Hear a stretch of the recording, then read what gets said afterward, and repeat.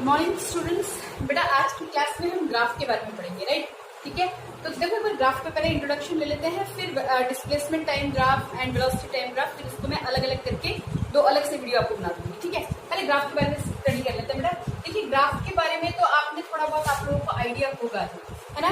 Graph बनाए हुए हैं, मान लीजिए ये मैंने ये एक्सिस मेरे पास एक्स एक्सिस है और ये मेरे पास क्या है, वाई एक्सिस है, और कुछ मैंने ग्राफ इसके ऊपर मेरा मान लो इस तरह का ग्राफ। ठीक है, तो इस तरह का ग्राफ आने का मतलब कि यहाँ पे अगर x1 वैल्यू है मेरे पास x1, तो इस तरफ क्या है मेरे पास y1। ठीक, अच्छा इधर मेरे पास मान लीजिए x2 है, तो ये मेरे पास क्या बेटा y2। ठीक है, अच्छा तो देखो अगर मुझे ये जो है आपके पास, ये जो लाइन है, ये जो आपके पास एक स्ट्रेट लाइन आ रही है, ये कुछ ना कुछ हॉरिजॉन्टल के साथ क्या बना रहा है, एंगल बना रहा है। ठीक है, इसे हम क्या बोलते हैं, स्लोप बोलते हैं। ठीक है, अब ये जो स्लोप है, ये स्लोप अगर मुझे निकालना पड़ा तो मैं इसको कैसे निकालूंगी बेटा? देखिए ध्यान से देखिए, ये मेरे पास x का डिफरेंस हो गया, मान लो मैं यहाँ से यहाँ तक का फाइंड आउट करना चाहती हूँ। ठीक है, यहाँ पे कोऑर्डिनेट मेरे पास क्या है, यहाँ पे कोऑर्डिनेट है मेरे पास x1 y1, और यहाँ पे कोऑर्डिनेट्स मेरे पास क्या है, ध्यान से सुनो, ये आगे काम में आने वाला है। ठीक है, x2 y।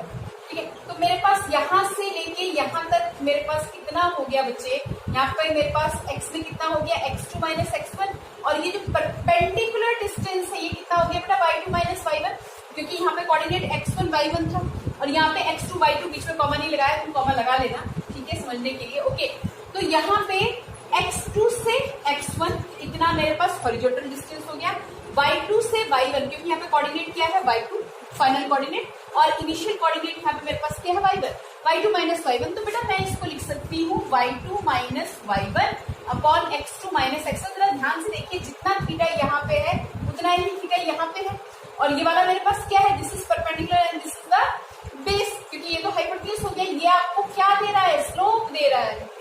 ठीक है ना, ये आपको क्या दे रहा है, हॉरिजॉन्टल के साथ एंगल दे रहा है, स्लोप दे रहा है। तो बेटा क्या ये मेरे पास tan ऑफ थीटा नहीं, tan ऑफ थीटा नहीं है कि क्या है? तो यानी जब भी मैं बात कर रही हूँ स्लोप की, यानी मैं बात कर रही हूँ किसकी, tan थीटा की, और उसको हम कैसे रिप्रेजेंट कर रहे हैं, y2 minus y1 upon x2 minus x1। और जरा ध्यान दो, इसको हम क्या लिखते हैं, डेल y, और इसको हम क्या लिखते हैं, delta x, change in the y and change in the x। तो ये तो कंसेप्ट हुआ मेरे पास ग्राफ का। ठीक है, अगर मैं यहाँ पे अब मोशन के हिसाब से डिस्टेंस और टाइम ले लेती, डिस्प्लेसमेंट और टाइम ले लेती, तो भी बिल्कुल यही पैटर्न फॉलो होता। Yes correct. इसमें सबसे पहले देखो कुछ पॉइंट्स याद कर लो, तो आपको इतने सारे ग्राफ याद करने की जरूरत नहीं पड़ेगी, ये याद करो वो याद करो, एक बार समझ लो, एक बार कुछ पॉइंट्स आपके दिमाग में हम बिठा दें, फिर उसको आप करना स्टार्ट करो। ठीक है, तो कंसीडर करो कि यहाँ पे हम डिस्प्लेसमेंट और टाइम के लिए ग्राफ बना रहे हैं। ठीक है, तो सबसे पहले स्टेशनरी बॉडी का बनाते हैं, और ध्यान दीजिए बेटा, आप लोग अगर आपको ग्राफ कुछ ऐसा एनकाउंटर हो जाए, ऐसा मिल जाए, टी हो गया यहाँ पे और आपके पास डिस्प्लेसमेंट, राइट, तो स्टेशनरी बॉडी में क्या होगा, यानी कि बॉडी अपनी जगह पे रुकी हुई है, टाइम के बीतने के साथ साथ बॉडी में क्या नहीं आया, बॉडी ने अपनी पोजीशन में किसी तरह का कोई चेंज नहीं किया। ठीक है, मान लो, और एक प्रैक्टिकल एग्जांपल ले लेते हैं, मान लीजिए यहाँ पे हमारे पास 0 सेकेंड, ये 2 सेकेंड, मैं सेकेंड्स में ले रही हूँ। ठीक है, 4 सेकेंड, 6 सेकेंड, 8 सेकेंड, और यहाँ पे मान लीजिए 2 मीटर, 4 मीटर एंड 6 मीटर। ठीक है, तो जब मैंने 0 पे देखा तो वो 6 मीटर पे ऑब्जेक्ट मेरे पास पड़ा हुआ था। ठीक है, अब 2 पे चलो, 2 सेकंड बाद क्या देखते हैं, वो यहाँ पे, 4 सेकंड बाद फिर भी उसका 6 मीटर, 6 सेकंड बाद फिर भी यहाँ पे 6 मीटर। ठीक है, इस तरह से अगर मैं ये सारे पॉइंट्स मिला दूं बच्चों, तो ये एक ऐसा लाइन आ जाएगा parallel to the time axis, यानी बॉडी ने किसी तरह का कोई चेंज नहीं किया, बॉडी किस पे है, रेस्ट पे है। अब जरा इसको और एक तरीके से समझो, अगर मैं यहाँ पे इस तरह से कोऑर्डिनेट्स बना दूं, तो सुनिए यहाँ पे क्या हो जाएगा, S1, मान लो ये S1 और ये क्या है, T1। ओके, ये वाला क्या हो गया, S2, और ये क्या हो गया, T2। हालांकि ये अलग अलग नहीं है, ये हर बार क्या दे रहा है, S की दे रहा है ना। तो जब तुम इसका स्लोप निकालने की कोशिश करोगे, अगर तुम इसका स्लोप निकालोगे, थीटा निकालने की कोशिश करोगे, ध्यान से देखिए क्या होता है, displacement S2 minus S1 upon T2 minus T1। बेटा जी ये तब भी 6 था, उसके बाद पहले भी 6 था, बाद में भी 6 मीटर की दूरी पर ही है। ठीक है, और यहाँ पे यहाँ पे मेरे पास हो गया 4 - 2, बेटा ऊपर कितना आ रहा है 0, यानी कि थीटा इसका क्या आ रहा है 0। क्या दिखाएगा ये हमारे पास दिखाएगा बॉडी किसमें है, स्टेशनरी है। बोलो ये बात समझ में आई, बॉडी कैसी है, स्टेशनरी है, यानी वेलोसिटी कितना है, वेलोसिटी कितना है 0, वेलोसिटी कितना है 0। ठीक है, सो एक चीज को याद रखो कि डिस्प्लेसमेंट टाइम ग्राफ पर जो स्लोप होता है वो किसको दिखाता है, वेलोसिटी को दिखाता है, और यहाँ पे स्लोप 0 आ गई, यानी कि वेलोसिटी क्या होगी 0। ठीक है, अच्छा body moving with constant velocity, अगर आपके पास सिंगल स्लोप है, सिंगल स्लोप, इसके बीच में डिस्प्लेसमेंट और टाइम के बीच में आपके पास अगर सिंगल स्लोप है, ऐसी लाइन कोई आ रही है, ठीक है, यहाँ पे क्या है थीटा, थोड़ा सा ऊपर और चले जाओ, यहाँ पर भी आपको क्या देगा थीटा, यहाँ पे भी आपको क्या देगा थीटा, क्या थीटा चेंज हो रहा है, जी। ठीक है, तो अब अगर तुम इसका स्लोप तुम्हारे पास इस तरह से आ रहा है तो ये कैसी वेलोसिटी देगा आपको, कांस्टेंट वेलोसिटी देगा। कैसी वेलोसिटी देगा, कांस्टेंट वेलोसिटी, और एक्सेलरेशन क्या 0। ठीक है ना, कांस्टेंट वेलोसिटी, एक्सेलरेशन कितना देगा 0, क्योंकि एक्सेलरेशन में पता है क्या होता है del v by delta t, तो यहाँ पे तो वेलोसिटी में कोई चेंज ही नहीं आ रहा, तो एक्सेलरेशन इस केस में क्या हो गया 0।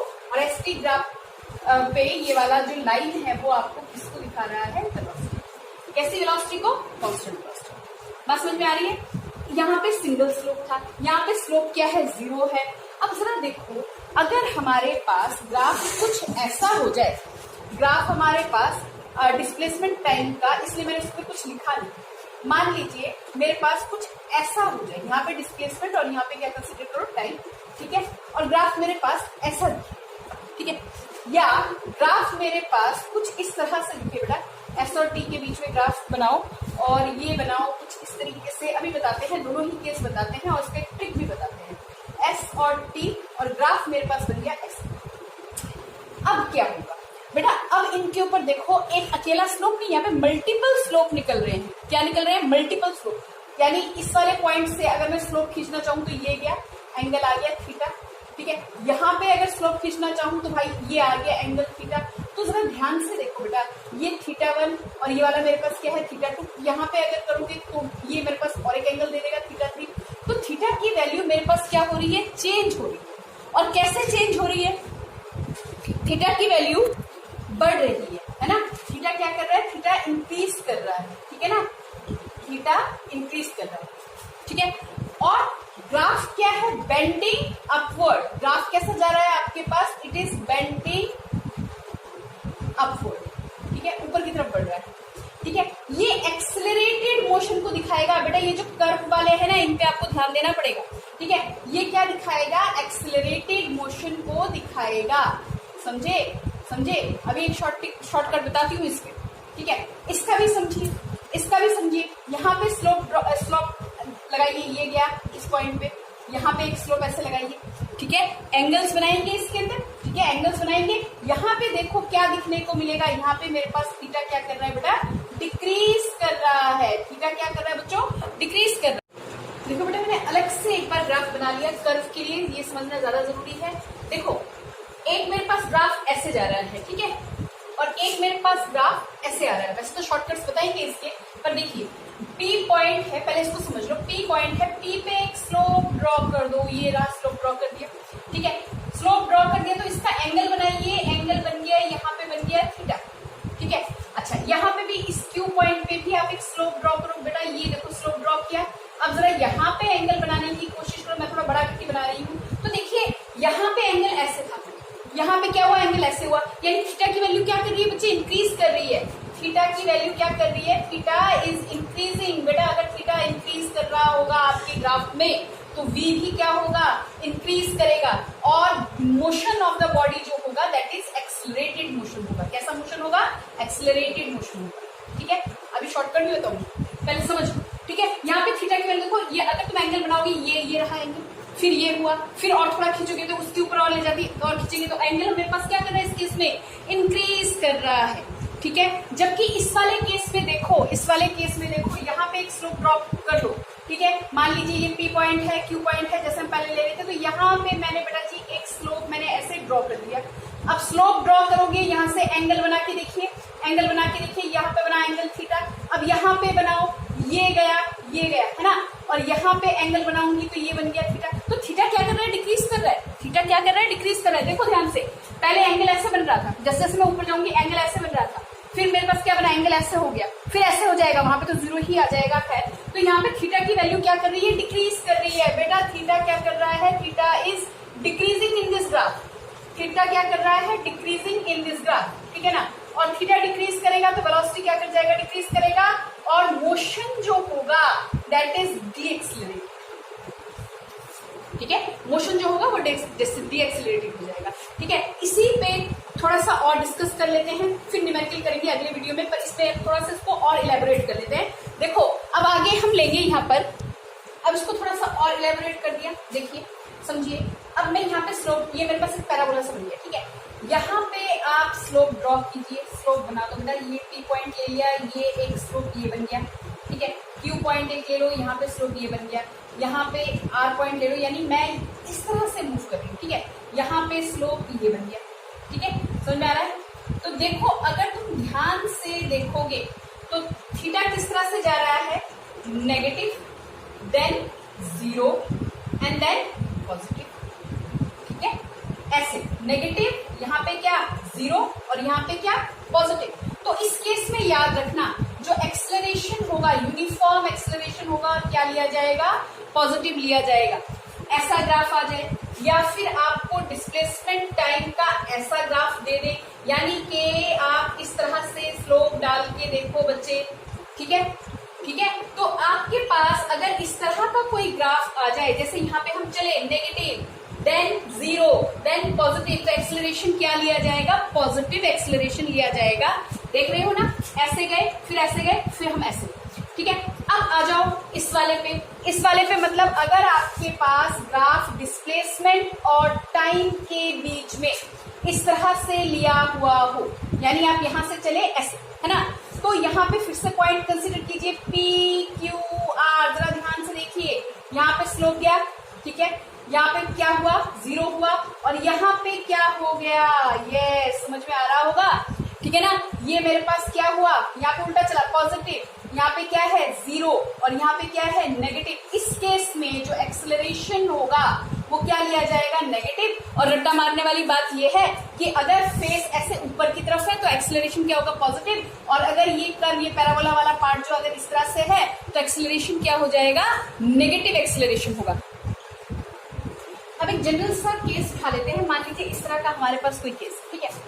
इसमें हम यहाँ से इस तरफ आ रहे हैं, बेटा कर्व वाले जो ग्राफ है इसमें थोड़ा आपको कॉन्शियस रहना पड़ेगा, ठीक है। मान लीजिए P पॉइंट है, मैं यहाँ से चलना स्टार्ट करती हूँ और ये बना दिया एक स्लोप, ठीक है, यहाँ पे बना दिया एक स्लोप, ये गया स्लोप, ठीक है। तो देखिए थीटा की वैल्यू जो है ऊपर से नीचे आते हुए क्या कर रही है, डिक्रीज कर रही है। बना दो भैया, यहाँ पे इस तरह से देख लो, ठीक है ना, ये थीटा हुआ, ठीक है। अब यहाँ पे बनाओगे, ठीक है, यहाँ पे बनाओगे तो आपके पास यहाँ पे थीटा की वैल्यू क्या करते हुए आ रही है, theta is decreasing. Theta decrease करेगा तो वेलोसिटी डिक्रीज करेगा, यानी वेलोसिटी को हम क्या कर रहे हैं कि ये क्या आ जाएगा, नेगेटिव। और क्योंकि ये डाउनवर्ड है, मैंने अभी भी समझाया था, तो बेटा एक्सेलरेशन भी क्या होगा इसका, नेगेटिव। एक्सेलरेशन भी क्या होगा, नेगेटिव। अब यहाँ पे मैं एक छोटा सा क्वेश्चन बताती हूँ, याद रखिएगा। अगर कोई भी ग्राफ इस तरह से बनाते हुए अगर वेलोसिटी और एक्सेलरेशन दोनों का साइन सेम आ जाए, यानी ये दोनों ही नेगेटिव या दोनों ही पॉजिटिव आ जाए, तो बेटा स्पीड इंक्रीज करती है। स्पीड क्या करती है, इंक्रीज करती है, याद रहेगा। स्पीड क्या करेगी, इंक्रीज हो, ठीक है बेटा, समझ में आ रही है ना।